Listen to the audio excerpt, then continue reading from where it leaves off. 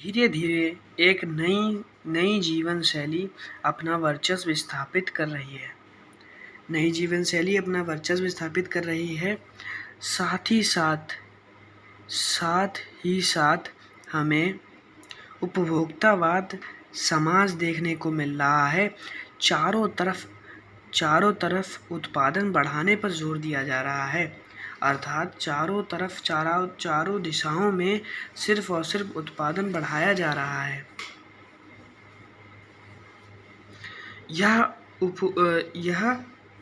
यह उत्पादन हमारे लिए है, हमारे मनोरंजन के लिए है, अर्थात हमारे सुख के लिए है अर्थात हमारे सुख के लिए है। सुख की व्याख्या बदल चुकी है।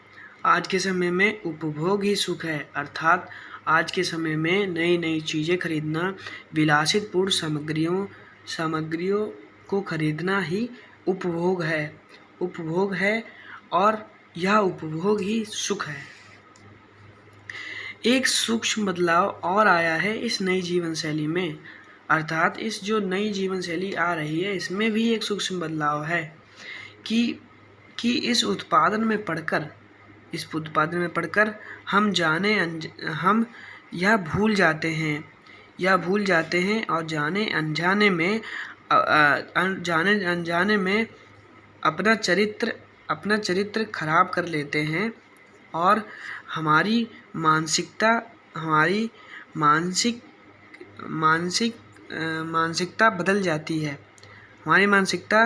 बदल जाती है और हम उपभोक्तावाद के उत्पादन की तरफ अग्रसर हो जाते हैं।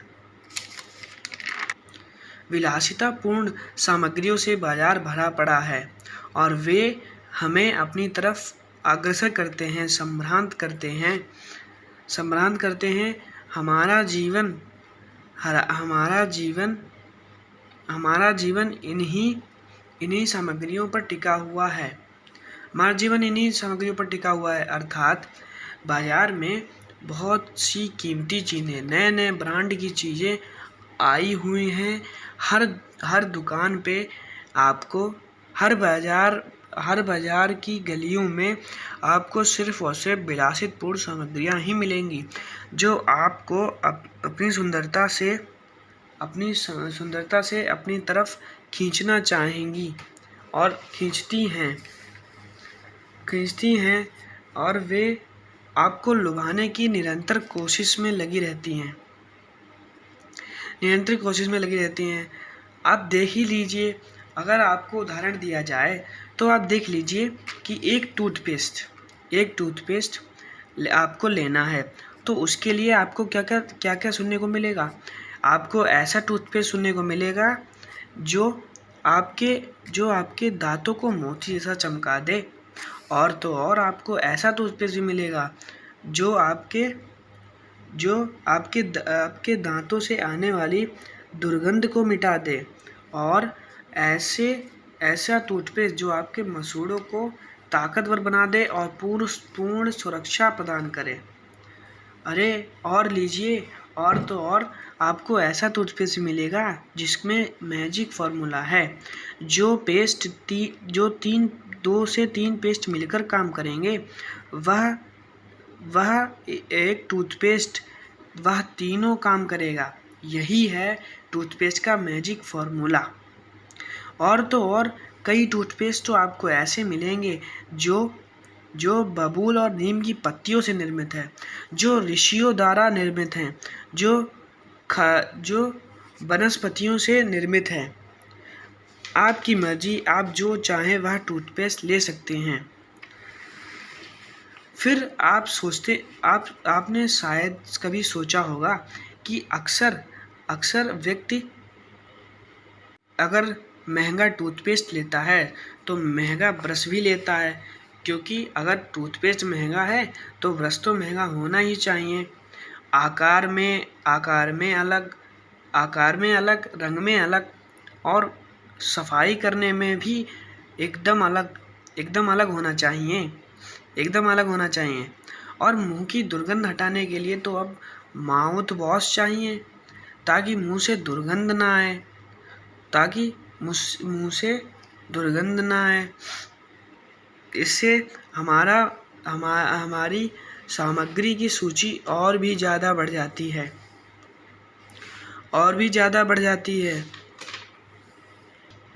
इससे हमारा बिल भी काफ़ी बड़ा हो जाएगा, क्योंकि शायद आप बहुविज्ञापित और कीमती ब्रांड ही खरीदें। और तो और चमककृत रह जाने वाली बात यह है, चौंकने वाली बात यह है कि जो सौंदर्य प्रसाधन हैं उनके बाहर तो कई मीलों तक की लाइन लगी हुई है, कई मीलों तक भीड़ लगी हुई है, कई भीड़ लगी हुई हैं, बहुत से लोग इकट्ठा हैं इन सौंदर्य सामग्रियों को खरीदने के लिए। और तो और इसकी एक ख़ास बात यह है कि हर महीने इसमें एक न एक चीज़ बढ़ती ही जाती है। और तो और दूसरा उदाहरण देखा जाए तो अगर आपको एक साबुन चाहिए तो उसके लिए भी आपको बहुत सी चीज़ें देखने को मिलेंगी। जैसे कि एक साबुन है जिसमें कम खुशबू आती है, और दूसरा साबुन जिसमें बहुत ज़्यादा खुशबू आती है। तो एक तरफ आप देखेंगे कि एक साबुन है जो आपको दिन भर तरोताज़ा रखता है, और दूसरा साबुन जो आपको कम तरोताज़ा रखता है, और तीसरा साबुन ऐसा जो आपको जम से बचाता है। अरे अरे अरे अरे अरे, यह तो छूट ही गया। यह लीजिए सन स्टोर, खूबसूरती का राज। यह महंगा है पर आपको आपकी सुंदरता में निखार लाएगा। ऐसे कहकर आपको बहुत से साबुन देने की इच्छा होगी। आपके सामने बहुत से विकल्प रखे जाते हैं, और आप उनमें से मनचाहा ले सकते हैं। लेकिन अगर आपको पवित्र रहना है तो आपको गंगा जल के पवित्र जल से निर्मित साबुन भी मिलेगा। और आप अगर नर्म रहना चाहते हैं तो यह उसके लिए भी महंगा साबुन है, जो आपको आपकी सुंदरता में निखार लाएगा, आपको और ज़्यादा सुंदर बना देगा। और तो और संभ्रांत महिलाओं की ड्रेसिंग टेबल पर 30-30 हज़ार की सामग्रियां मिलना तो आम बात है। यह आम बात इसलिए है क्योंकि अगर उन्हें एक सेंट भी चाहिए, एक परफ्यूम भी चाहिए, तो वो पेरिस से ही मंगाएंगी, जिससे कि उनका खर्चा और बढ़ जाए और उनकी हैसियत दुनिया में और उनके जीवन में, उनके समाज में उनकी हैसियत और ऊंची हो जाए। इसके लिए वे ज़्यादा से ज़्यादा खर्चा करती हैं, 30-30 हज़ार की सामग्रियां इस्तेमाल करती हैं। इस दौड़ में पुरुष भी पीछे नहीं हैं। आज के समय में पिछले समय में अगर उन्हें अपनी दाढ़ी बनानी होती थी तो साबुन से भी काम चल जाया करता था। पर आज क्या है, दाढ़ी बनाने के बाद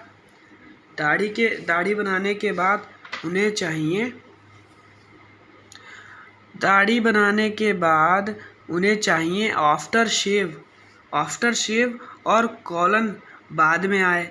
अब तो इस सूची में दर्जन चीज़ें जुड़ चुकी हैं। चलिए छोड़िए ये सब चीज़ें, अब आते हैं वस्तु और परिधान बाजार में आए हुए हैं नए डिजाइन, नए ब्रांड के।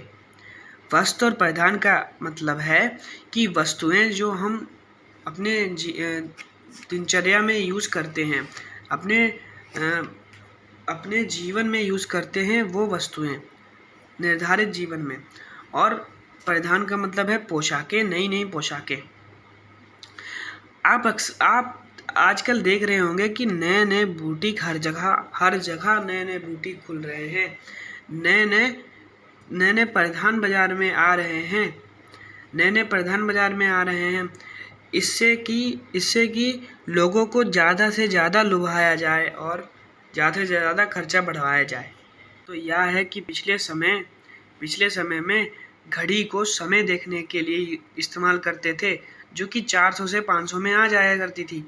पर अब तो हैसियत जताने के लिए लोग स्मार्ट वॉच लेने लगे हैं। लोग स्मार्ट वॉच लेते हैं जो कि 50 से 60 हज़ार तक की आती हैं। पर इससे हमारा खर्चा और बढ़ जाता है, पर हैसियत भी ऊंची हो जाती है। अगर आजकल के समय में एक तो यह है कि हमें चाहे म्यूज़िक का ज्ञान हो या ना हो, पर हमें चाहिए तो महंगा ही म्यूज़िक सिस्टम।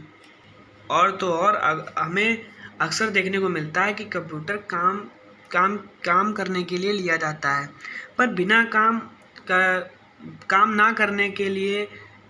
ना करने के सिवाय भी कंप्यूटर लेने वालों की गिनती कम नहीं है। सबसे बड़ा लुभाने का जरिया सबसे बड़ा तो यह है कि अगर हमें खाना खाना है तो उसके लिए होटल 5 स्टार इसमें 5 स्टार जैसा इसका नाम है वैसा इसका काम भी बताया जाता है। इससे हमारी जीवन में 5 स्टार लग जाते हैं। अगर हमें खाना खाना है तो हम 5 स्टार होटल में जाते हैं। और तो और अब यहाँ खाना ही नहीं खिलाया जाता, बल्कि अब यहाँ शादी विवाह भी होने लगे हैं। और तो और अगर इलाज कराना हो तो उसके लिए भी 5 स्टार होटल है, जो चाहता है कि हमारे इलाज में भी 5 स्टार लग जाएंगे। यहाँ पर सिर्फ इतना है कि सुख सुविधाएं बदली हुई हैं,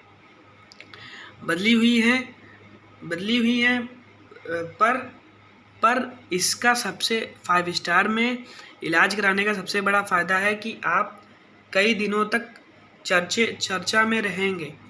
और तो और अगर हमें पढ़ना लिखना है तो 5 स्टार पब्लिक स्कूल, अर्थात हमारी पढ़ाई में भी 5 स्टार लगने लगेंगे।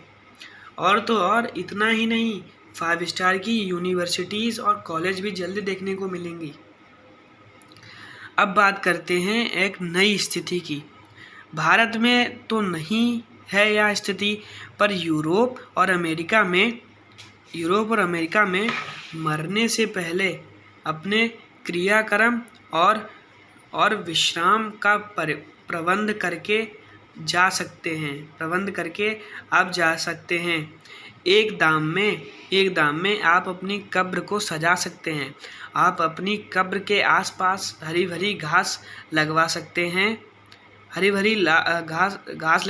हैं। हमेशा के लिए मन चाहे फूलों को सजवा सकते हैं अपनी कब्र पे, और मन चाहे फव्वारे तथा मन चाहा मंद ध्वनि में बजने वाला म्यूजिक भी लगवा सकते हैं। यह स्थिति अमेरिका यूरोप में ही चल रही है, अभी तक भारत में नहीं आई है, पर इसका भारत में आना संभव है।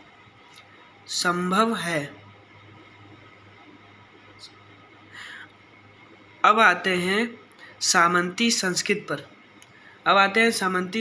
पर। प्रतिष्ठा के अनेक रूप हैं, अर्थात सम्मान के अनेक रूप हैं, चाहे वह हास्यास्पद के तरीके से हो, चाहे तो वह किसी और तरीके से। उपभोक्तावादी समाज विशिष्ट जनों का समाज है, पर इन विशिष्ट जनों को देखकर अब सामान्य लोग भी लुभाने लगे हैं। विज्ञापन की दृष्टि से कहें तो यही है राइट चॉइस बेबी। अब उपभोक्तावाद। अब यह प्रश्न का उत्तर ढूंढते हैं कि उपभोक्तावाद का विकास भारत में क्यों हो रहा है, कैसे हो रहा है। सामंती संस्कृत अर्थात सम्मान की संस्कृत पहले भी हमारे देश में रही है, जहाँ पर उच्च स्तर के लोग ही सामंती संस्कृत में पढ़ा करते थे, सामंती संस्कृत को मानते थे, उस पर निर्भर थे। पर आजकल उपभोक्तावाद भी उसी सामंती संस्कृति से जुड़ता जा रहा है और आज के समय में सामंत बदलते जा रहे हैं, हमारे ईश्वर बदलते जा रहे हैं। हम अब ईश्वर को नहीं पूछते हैं, हम अब पैसे को पूछते हैं। और तो और अब हमारे लिए संस्कृत असीमता की बात कितनी ही की जाए, क्योंकि इससे तो सामंती संस्कृत का तो अब मुहावरा ही बदल चुका है, सामंती संस्कृत का मुहावरा ही बदल चुका है। और अगर हम बात करें सांस्कृतिक असीमता की, तो यह संस्कृत असीमता, बढ़ती हुई संस्कृत असीमता हमारी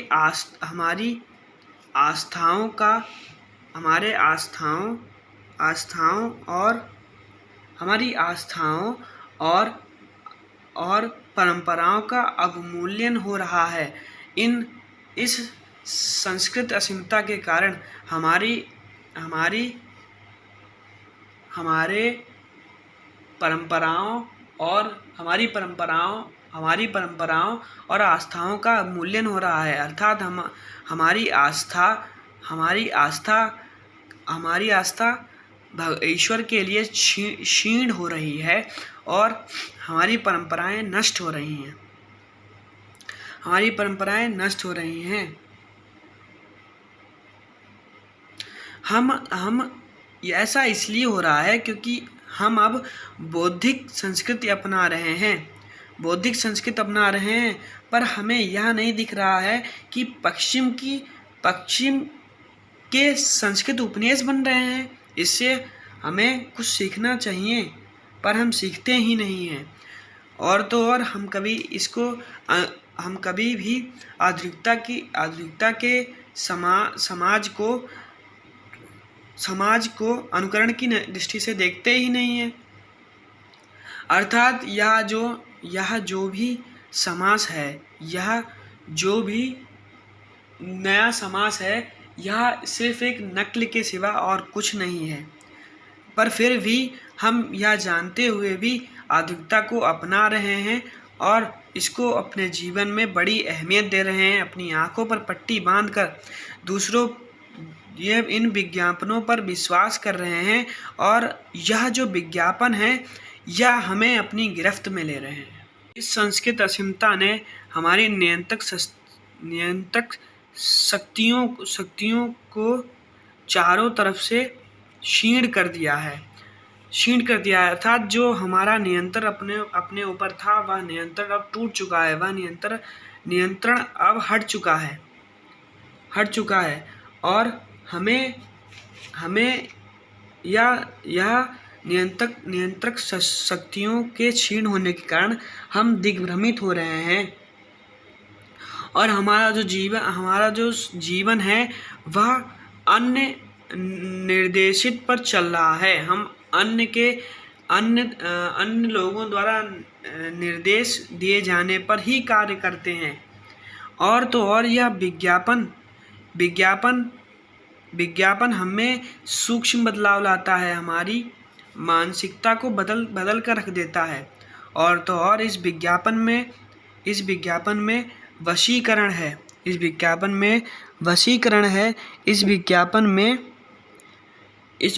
में वशीकरण है तथा तंत्र विद्याएं हैं और सम्मोहन की शक्ति है तथा वशीकरण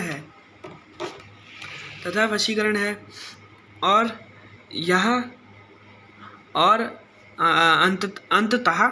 अंततः इस संस्कृत का परिणाम क्या होगा, इस संस्कृत के फैलने से क्या परिणाम होंगे? क्या आपने कभी सोचा है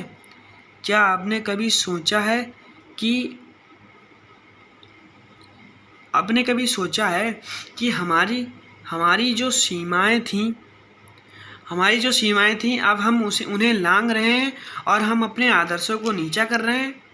यह हमें ऐसे पता चलता है क्योंकि देखिए कि अब हम क्या करते हैं कि अपने अपने जीवन को गुणों से भरने के लिए आलू की चिप्सें खाते हैं और शीतल पेयों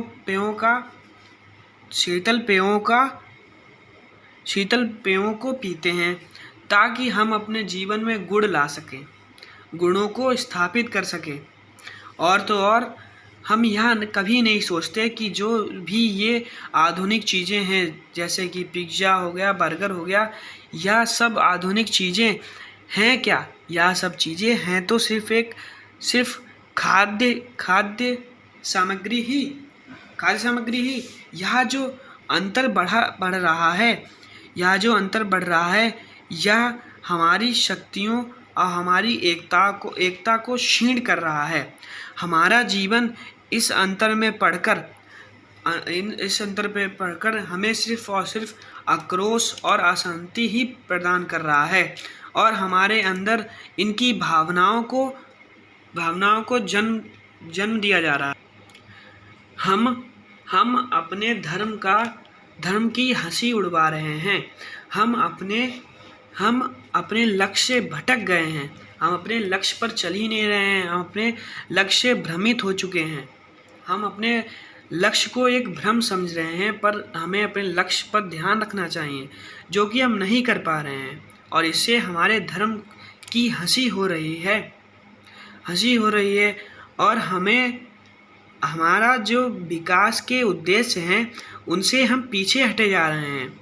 विकास की बजाय हम आधुनिकता पर विश्वास किए जा रहे हैं और आधुनिकता को अपना जीवन का उद्देश्य बनाए जा रहे हैं। हम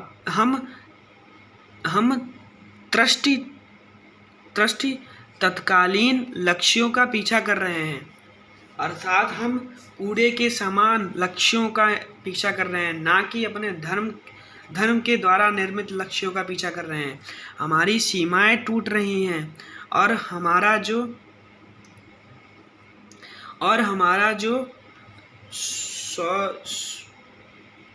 हमारा स्वार्थ हमारे अपार्थ पर हावी हो रहा है और हमारी मानसिकताएं बदल रही हैं। हमारी लालसाएं आसमान छू रही हैं। हमने कभी इस बात पर ध्यान ही नहीं दिया, पर इसके लिए गांधी जी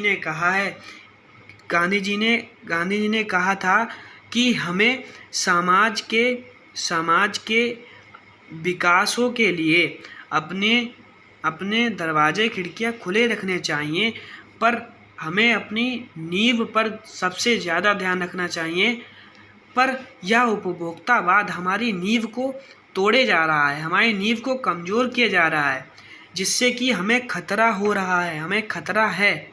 और देखते ही देखते हमें भविष्य में इस उपभोक्तावाद जैसी जटिल चुनौती का सामना करना पड़ेगा और यह उपभोक्तावाद हमारे लिए बहुत ही बड़ी समस्या और बहुत ही बड़ी चुनौती होने वाली है।